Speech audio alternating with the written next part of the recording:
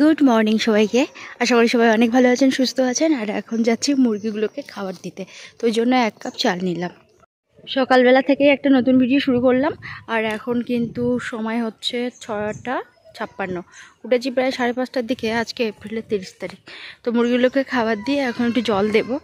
আর এই যে খালপাড়ের দিকে দৃশ্য আপনাদের কাছে অনেক দিন শেয়ার করা হয় না, তো ভাবলাম এদিকটা এসে একটু দাঁড়াই। দক্ষিণে বাতাস বেশ ভালোই লাগছে।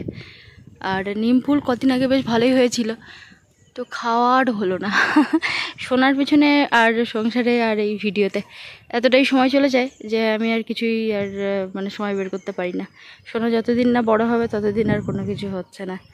এখন ভাবছি ওই যে রাস্তাটা, ওই রাস্তাটা একটু ঝাঁটাবো, তো ওই জন্য একটু করে জলের ছিটে দেবো।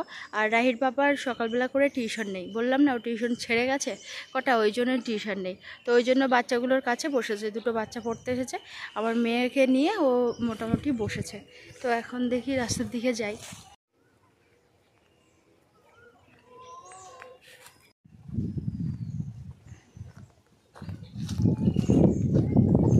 এখন যাচ্ছি মুরগিগুলোকে একটু জল দেবো। বেলা বাড়ার সাথে সাথে এতটা গরম পড়ে আর এতটা রৌদ্র যে একদম এইসব কাজ করা যায় না। তো আজকে ভাবছি যে সকালবেলাটা আগে রাস্তাটা ঝাড় দিয়ে নেব, তারপর গিয়ে অন্য কাজ করব। তো রাস্তা ঝাড় দিতে বেশ ভালোই আর কি সময় লাগে, আর বেশ অনেকটাই আর কি বড় রাস্তা। আর রোজ রোজ ভাবি চান করার সময় আমি মানে ঝাড় দেবো, কিন্তু চান করার সময় একদম হয়ে ওঠে না। তাড়াহুড়ো করে চান করে তাড়াতাড়ি করে খেতে বসতে হয়, সোনাকে খাওয়ানো মানে দুপুরবেলাটাও একটা আলাদা কাজ থাকে, যার জন্য কদিন ধরে আর হচ্ছিল না। তারপরে একটু শরীরটা খারাপ ছিল, যে কারণে মানে সেলাইটা যন্ত্রণা করছিল আমার খুব। মাঝে মাঝে কাজের একটু প্রেশার পড়লে আর ওই মানে গ্রাম থেকে যখন ওই 1-2 কলসি করে জল আনি, তখনই আমার আর কি সেলাইয়ের মানে ব্যথার সমস্যাটা হয় আর কি। তো ওই জন্য আমি আর ঝাড় দিতে পারিনি। তো আজকে ভাবলাম যে আজকে মানে একটু ভালো আছি যখন, তাহলে ঝাড়টার দিয়ে পরিষ্কার করে নিই। আর ধুলো একটু উঠছে, তো সকালবেলা ওই জন্য আমি বাসি নাইটিটা পাল্টাইনি, এই ঝাড়টার দিয়ে তারপরে নাইটিটা পাল্টাবো। আর একটা মানে ভুল হয়ে গেছে আমার, যেটা ওই ভুলের মাসুল যে এত বড় সর্বনাশ হবে মানে সেটা আমি বুঝতে পারিনি। হ্যাঁ, তো মানে বাড়ির তো সবাইকে মানে সাবধান করে দেওয়া হয়েছিল যে টিউবওয়েলের ওই যে মানে মানে ডান্ডাটা যাতে না পাম্প করে, ওইটা যেন নিচে বা উপরে না তোলে, তাহলে এই পাখির বাচ্চাটা আর কি হয়ে যাবে। তো হয়েছেটা কি, আমার কাছে যে বাচ্চাগুলো পড়তে আসে ওদেরকে আর বলা হয়নি, মানে ওদেরকে বলবো আমার একদম আর খেয়াল নেই আর কি। তো কী হয়েছে, ওরা ওই বাথরুমের দিকে গিয়ে আর যখনই হয়তো মানে বাচ্চাটা ডেকেছে আর কি ওর মধ্যে, তো অনেকটা মানে পালক টালক হয়ে গেছিলো আর কি। তো যাই হোক, তখনই মানে ওরা হয়তো নাচাটা করেছে বাইরে মাঠে কিছু হবে।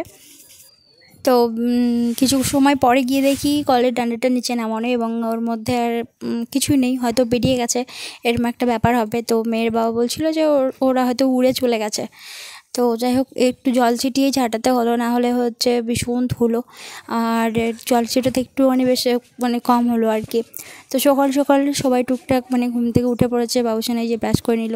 আমি এই যে সামনেটা একটু ঝাড় দিচ্ছি, অল্প একটুখানি ঝাড় দিলাম সামনেটা, কেননা ভীষণ ধুলো এমনি ঘরের মধ্যেই ঢুকছে, তো তার জন্য। আবার চলে যাচ্ছিস কোথায়? চলে এসো। না না, এসো এসো। এসো। তোর অ্যালার্জি, আমি তো বুঝি না। যেতে নেই ওদিকে, চলে এসো। মা বকে দিয়েছে? বকে দিয়েছে মা? এসো এসো। এই পেন এনো এনো এনো এনো এনো এনো এনো, এই যে লিখতে হবে, লিখতে হবে।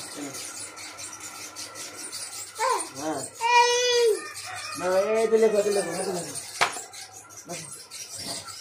লিখে দাও। হ্যাঁ লিখো, লেখো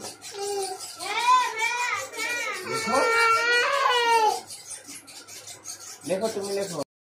মোটামুটি আমার মেয়েকে আবার কথাটা একটুখানি জোর দিয়ে বললেই ব্যাস ওর ভয়ানক একটা মানে কিছু মনে হয়, এবং সঙ্গে সঙ্গে কান্নাকাটি শুরু করে।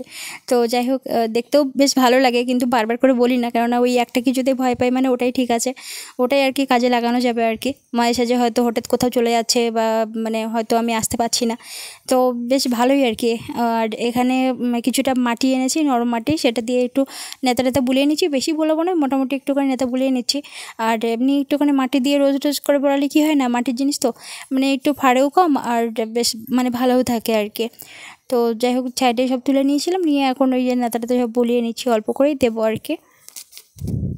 মেয়ের বাবার আজকে সকালে টিউশন নেই, যে কারণে ওই বাচ্চাদের কাছেই আছে বসে, আর আমি এই যে চারপাশে কাজকর্ম সেরে নিয়ে আমি বাচ্চাদের কাছে বসবো, তারপরে ও ওর মতো আর কি পড়বে। তো সামনেটা আরেকবার করে একটু ঝাড় দিয়ে দিলাম আর কি, বেশি পাতা টাতা পড়েছিল তো ওইগুলো আর কি একটু ঝাড় টাড় দিয়ে এক জায়গায় করে দিলাম।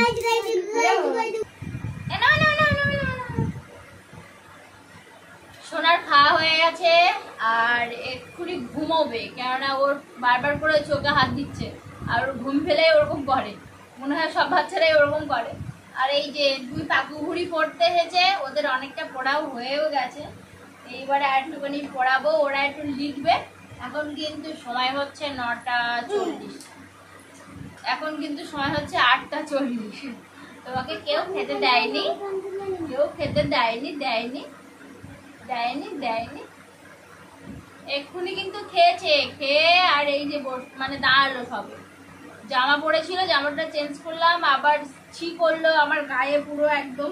একটু আগেই আমি জামা পাল্টেছি আর এক্ষুনি আমার আবার রাতে ঘুম হয়নি, রাতে ঘুম হয়নি হয়নি হয়নি না না না, সবাই ওই ঘাড় নাড়া দেখছে, ঘুম হয়নি ঘুম হয়নি। ও যেভাবে ঘাড় নাড়ে সবার দেখতে খুব ভালো লাগে। আর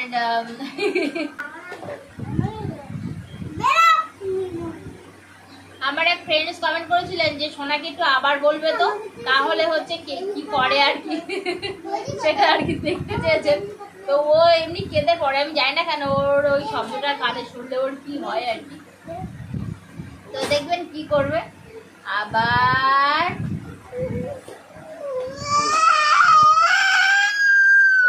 না না না না, ওই তো পাখি পাখি, ওই তো পাখি, ও আয় আয় পাখি আয় পাখি আয় আয়। দাদা পড়ে চলে এলো নাকি? ওকে কান্নার সুযোগ দিলে আর একটু টানতো, তো আমি সঙ্গে পাখি দেখালাম বলে থামলো, না হলে আরো একটু টানতো বেশ কিছুক্ষণ। তোকে বকে দিয়েছে? বকিনি বকিনি, চলে আয় চলে আয় চলে আয়। আর আমার কাছে থাকবে না, এখন অনেক বুঝতে শিখেছে। সকালবেলা যখন ওর ঠাকুরমা এখান থেকে যাচ্ছে ওই আমাদের ওইখানে জল আনতে, তো ও খুব জোরে জোরে হাঁকছে, আয় আয়, 2 হাত উঁচু করে হাঁকছে মানে নাও। তারপরে বাধ্য হয়ে ঠাম্মা আবার নিয়েছে।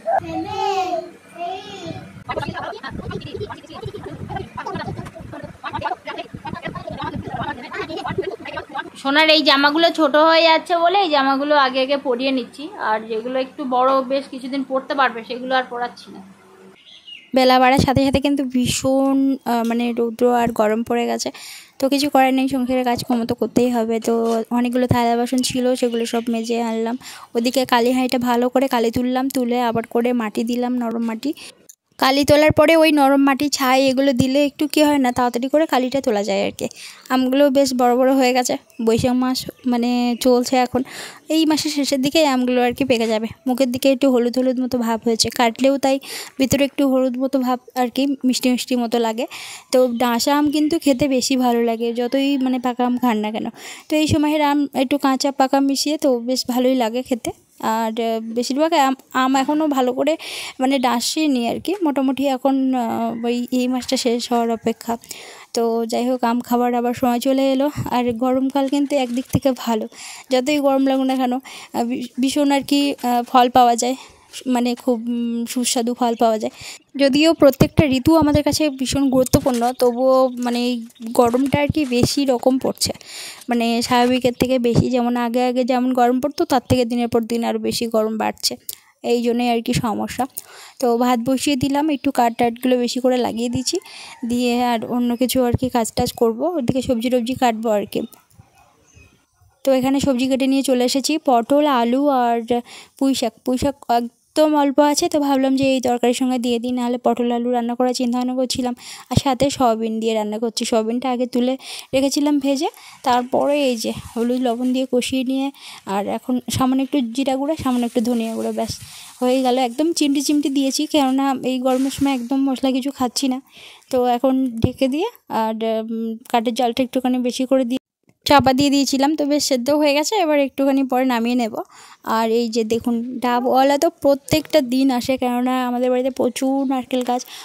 প্রত্যেকটা দিন আসে, শুধু বলে নারকেল, মানে নারকেল নেয় না, এটা শুধু ডাব নেয় আর কি, ডাব দেবে কিনা, ডাব দেবে কিনা। তো অবশেষে এই যে ডাব দেয়া হলো। আর শর্ত ছিল একটাই, যে অর্ধেক ওরা নেবে আর অর্ধেক আর কি আমাদের দেয়া হবে আর কি।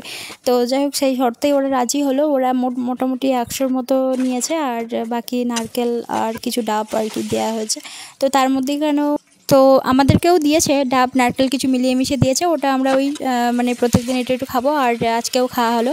তো যাই হোক, এখন কিন্তু রান্না হচ্ছে মাংস। তো আজকে আমি তাড়াহুড়ো করে আর কি রান্না করছি এখানে। ওদিকে মেয়েটাকে একটু ঘুম পাড়ালাম, খাওয়ালাম, চান করালাম, মানে কাজ বাজ করি, কিন্তু তার মধ্যে এখানে মেয়ের তো আলাদা রুটিন থাকে, যার কারণে আমার ঠিকঠাক টাইমে মানে ভিডিও করা হয় না। যেমন এই ভিডিওটা কিন্তু আমার মানে এডিট করাই ছিল, কিন্তু ভয়েস এড করতে পারছিলাম না, যে কারণে আমি এই ভিডিওটা আপলোড করতে পারিনি। ওই জন্য গতকালে আমি ভিডিও আপলোড মানে করতেই পারিনি। তো যাই হোক, মানে একটু রান্নাটা বসালাম, সঙ্গে সঙ্গে মেয়ে উঠে বললো, আর মেয়ে কোলে করেই কিন্তু এই যে রান্নাটা করছি, যে কারণে যেভাবে আমি রান্না করি মাংস সেভাবে করা হয়নি। তবে এটা দেশি মুরগি, যার কারণে একটু রান্না করতে দেরিও হচ্ছে। এতক্ষণ ধরে ভিডিও দেখার জন্য আপনাদের অনেক অনেক ধন্যবাদ। আজকে ভিডিওটা এখানে শেষ করলাম, পরে ভিডিওতে দেখা হচ্ছে। ভীষণ ভালো থাকুন।